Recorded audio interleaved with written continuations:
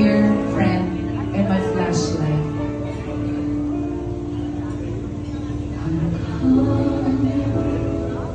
Sa puno na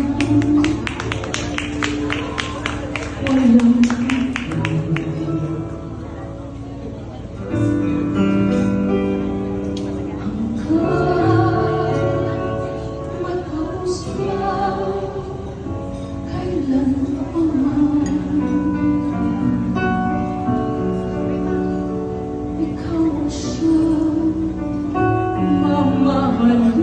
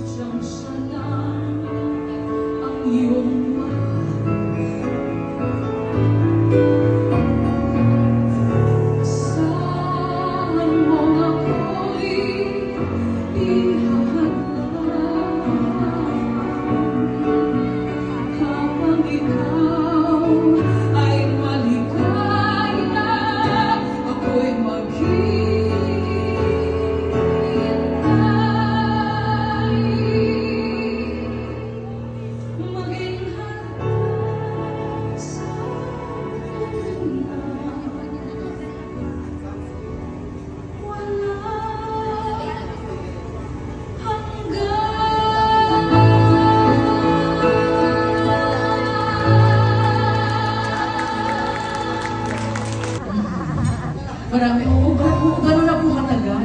Kasi baby pa lang siya, nung wala pa nga siyang mens, nung naging mag-friends kami. And she is a co-singer, a colleague, a very good singer.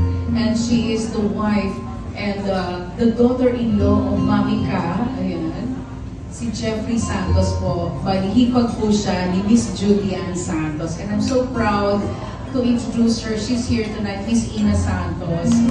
This is for you, sis.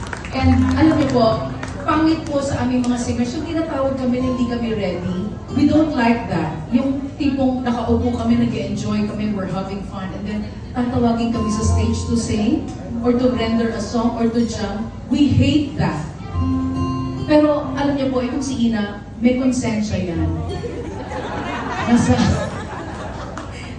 Hindi, totoo, may konsensya yung batang yan. Hindi yan katulad ko. Ako kasi I hate that. Yung, kunwari, pupunta ko ng coffee, tapos pagkakantahin ako yun, ayoko nun.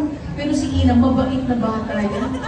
Yung, alam mo yun, lalo na, alam niya yung pinagdadaanan ko. Alam niya na hindi umepekto sa akin ng Sailor at saka Steel Dogs. Alam niyang puyat ako, alam niyang kausap ko.